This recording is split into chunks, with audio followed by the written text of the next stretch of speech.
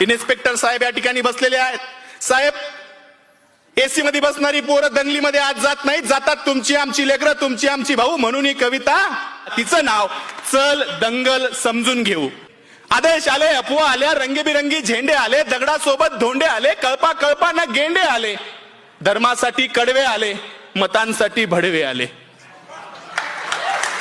दंगल पेटली, घरं पेटले, दंगल पेटली, घरं पेटले, हलक्या मेंदूचे पेटून उठले, गाड्या तुटल्या, काचा फुटल्या, यात माणसांचं मरण झालं, ब्रेकिंग न्यूजला कारण झालं, पत्रकार घटनेच्या खोलात गेले, घटनास्थळीचे जेलात गेले.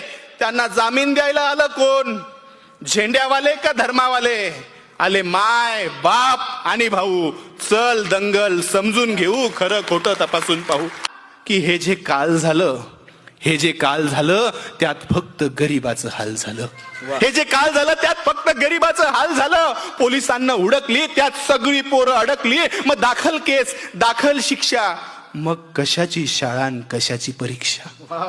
मग पोलीस स्टेशनात गाड्या आला, दंगल पेटवणारा भाड्या आला, त्यांची आपापसात मीटिंग झाली, आतल्या आत सेटिंग झाली, पैशानं कोंडी फुटली, पुढाऱ्यांची पोरं सुटली. असं सगळं घडतं दंगलीच्या भोवताल, असं सगळं घडतं दंगलीच्या भोवताल. पेटवणाऱ्याची सुटतात, बाकी भाकरीसाठी मवताल. आता जेलात त्यांच्या ढोंगणावर रोज कच्चून दंडे पडतात. दादा हो, एकदा जाताना साहेबाला विचारा, कोलम कसा असतो, थर्ड डिग्री कसा असतो.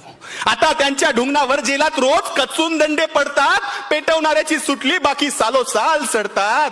असं सगळं दंगलीमध्ये होत असतं भाऊ. चल दंगल समजून घेऊ, खरं खोटं तपासून पाहू.